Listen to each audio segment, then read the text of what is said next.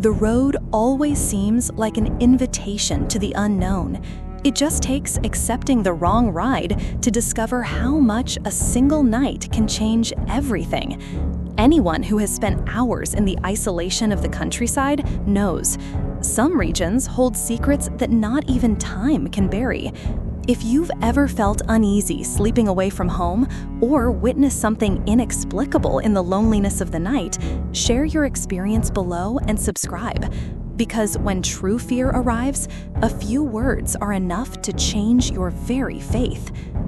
George, a seasoned trucker, was used to crossing highways with little more than his own courage. But on that trip to Pittsburgh, it was his daughter, Mary, who was settling into the truck seat, using the pretext of adventure to escape boring days at school. The job at that stop was simple: to watch the quarry at night, protect the machines, and wait through the dragging hours until dawn.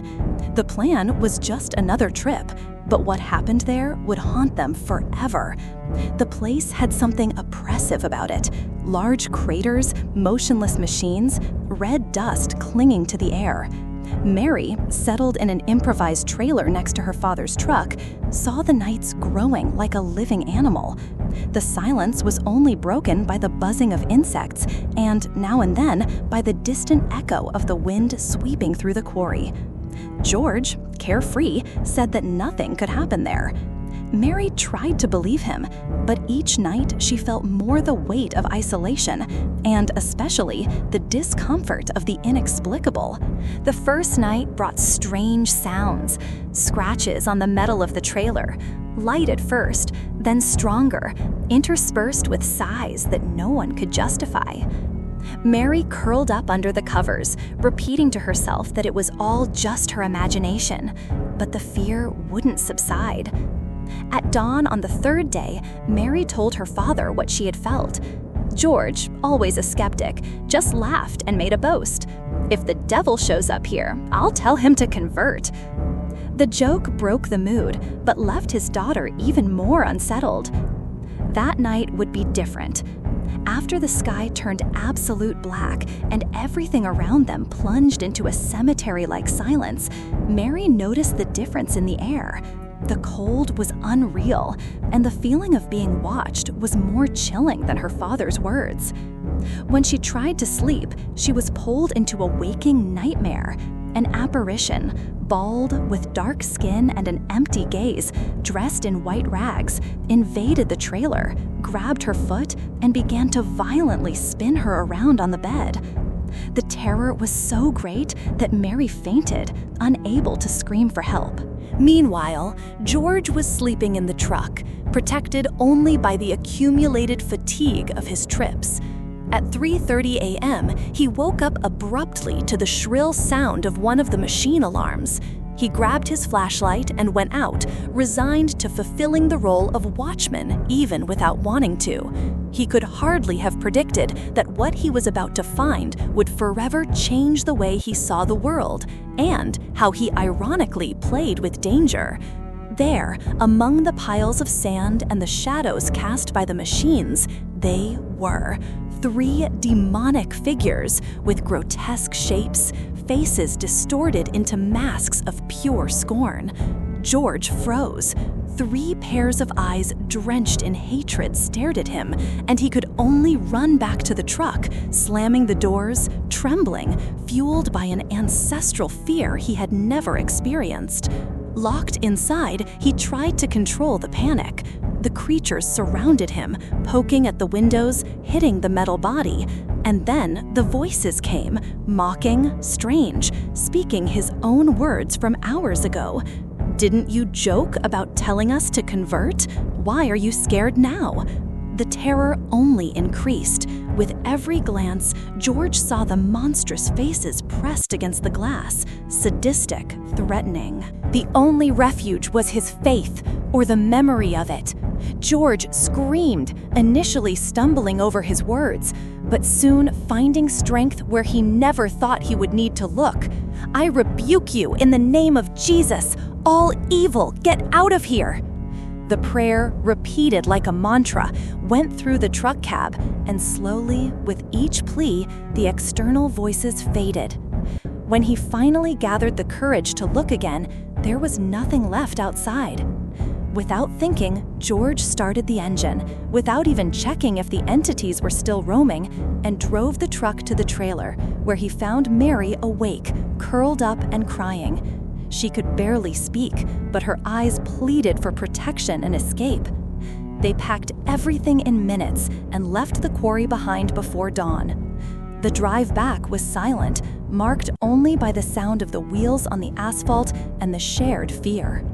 The quarry, immense and indifferent, was left behind, but nothing there was as threatening as the feeling that something invisible was accompanying them every mile to the exit. Since that night, George never again made boasts about the devil, never joked about forces he didn't truly believe in. The experience cemented in him the kind of respect that only genuine fear can impose. He changed professions, got rid of night shifts, and cultivated a reverent silence about what he saw. Mary, for months, had difficulty sleeping.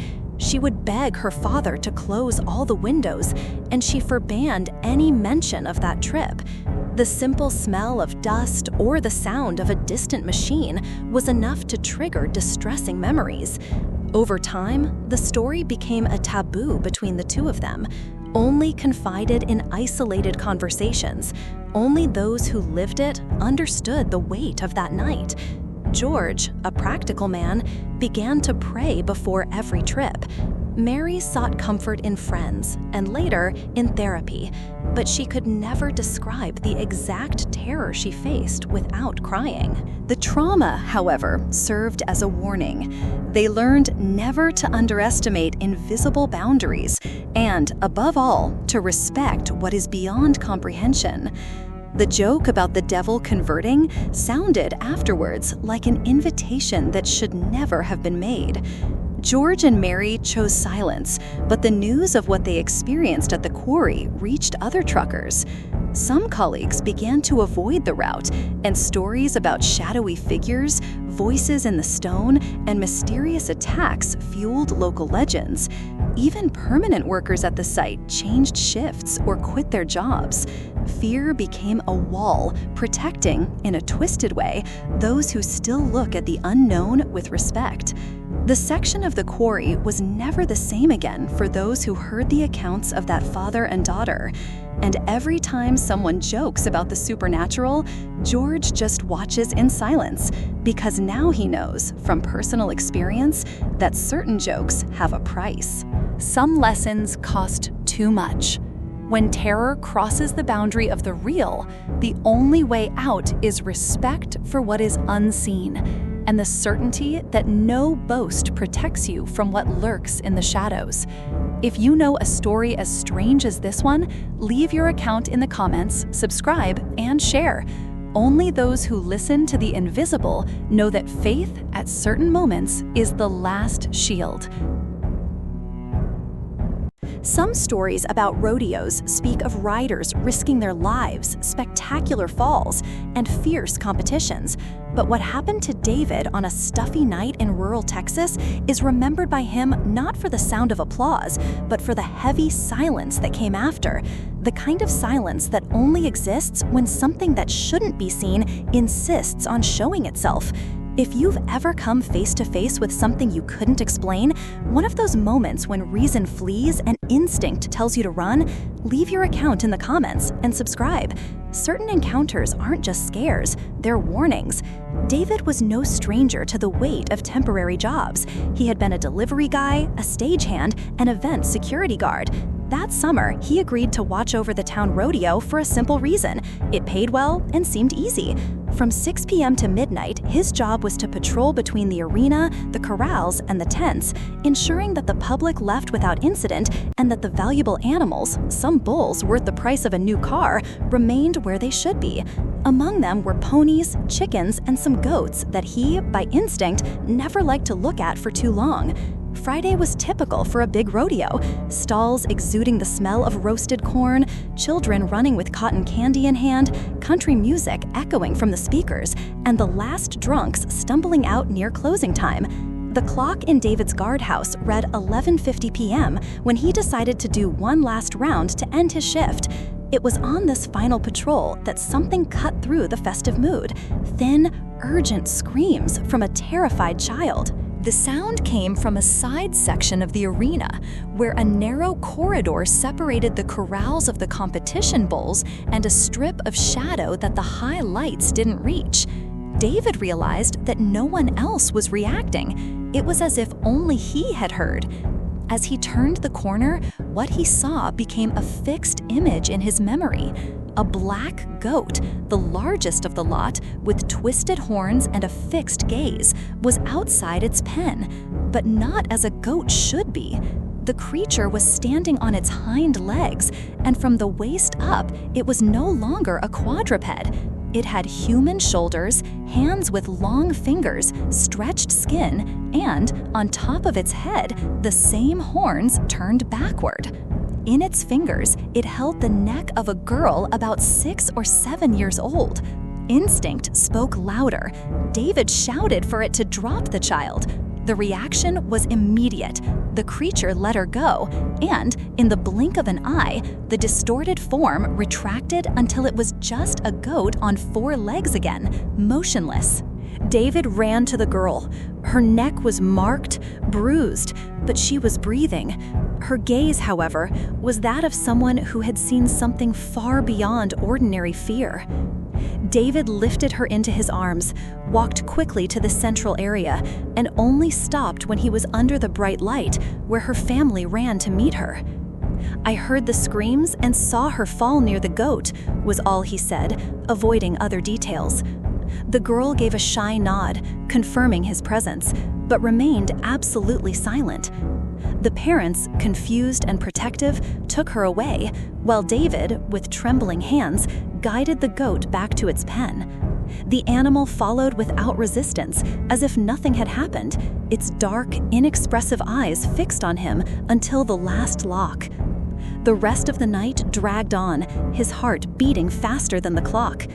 When his colleague arrived to take over the shift, David made no ceremony. He handed over the keys and left, certain that he would not spend another night there. At home, sleep did not come. The images repeated with clarity, every detail of the hybrid body and the silence that followed the scream. The next day, he justified his departure as personal reasons and politely refused any new night security shifts. The memory of that goat, or whatever was inside it, was etched as the only truly supernatural encounter he had ever lived. Years later, he still avoids talking about the episode. When the subject of rodeos comes up, he limits himself to commenting on the hard work behind the scenes and how valuable the animals are. In silence, he remembers the goat's fixed gaze and the feeling that, at some point on that Friday, he stopped being just a spectator of a rural spectacle and got a close look at a kind of show that does not belong in this world. Even today, a simple bleat heard in the distance is enough to make his stomach turn, and it brings back, in full, the vision of what should not exist. He never knew if anyone besides the girl saw the transformation. Maybe she herself decided to keep it a secret, just like him. Maybe she learned too early that not everything that haunts you needs to be spoken. For David, the night in the quarry, the watchman's job in condominiums, and other night work were pale in comparison to the weight of that night in Texas. And from then on, it was clear. There are jobs you can quit the next day, but there are memories that don't clock out, ever. What truly torments him, deep down, is that there was no explanation. There was no trick, fantasy, or setup. It was an event too big and too crowded for someone to invent something so risky. The goat had been seen by other employees earlier, seemingly normal. What changed there, in that shadow, remains a mystery he prefers not to revisit. Some people in small towns have their own legends about shape-shifting animals, spirits that take on domestic forms to go unnoticed. In David's case, no story he heard afterward seemed as real or as dangerous as the one he lived. And that, no matter how hard he tried, he could never classify as a lie or a mistake. There are encounters that transform the way we look at the night. David entered that rodeo thinking he would leave with stories of cowboys and funny falls. He left with an invisible scar and a certainty. Some eyes in the dark belong to nothing we know. And that's why he tells it, so that others can also be vigilant. If you've ever lived something that made you doubt reality, tell it in the comments and subscribe. Because when the night decides to reveal its secrets, it's too late not to believe. In the vastness of Florida, where the winds carry the sweet scent of bananas, a story is hidden that no sunset should witness. Imagine being a child, feeling the soil of the plantation under your feet, and suddenly finding yourself before a horror that few would dare to narrate. If you have ever heard or experienced something inexplicable involving missing children, forgotten objects, or obscure rituals, leave your story in the comments and subscribe to continue exploring the mysteries that surround places where nature seems to hold bad secrets. Arthur grew up among the green rows of the plantation that his grandfather had left as a gift to his parents. The banana grove was the family's dream, transformed into reality and prosperity. Workers and children learned to respect that fertile soil, initially ignoring the incongruent signs scattered among the banana trees. Small clues began to appear: baby clothes, toys carefully placed in silence among the leaves. The employees, suspicious, thought it was some homeless person or a family from the area leaving belongings behind while picking fruit. Arthur recalls his father's calm voice, emphasizing that no one should mistreat someone in need, ordering the workers not to interfere if they found more of these things. But the apparitions increased. The frequency of the clothes, the delicate objects, everything showed that something much more obscure was lurking in those clean green rows. With no one to fully watch over it, certain areas of the banana grove became ownerless and perhaps soulless territories. On that fateful night, the clock read past 10. An unexpected, young, and desperate cry echoed through the plantation, as if the very soil were screaming for justice. Arthur, then 7 years old, felt the knot of courage tighten in his chest. He decided that, together with his father, he would discover the source of that cry. Without flashlights, guided only by their measured footsteps and complicit silence, they walked to the clearing where the bananas no longer grew. In the gloom, a scene brought ice to their young hearts. Strange figures, a circle of rituals, the black candle, an altar for a fatal moment. The cruel silence that followed the instant of the sacrifice was broken by the whisper of fear. The baby, swallowed by the soul of the plantation, became food for forces that humanity prefers to forget. Father and son returned in a simulated silence, carrying the memory of a night when evil revealed itself to be intimate and merciless.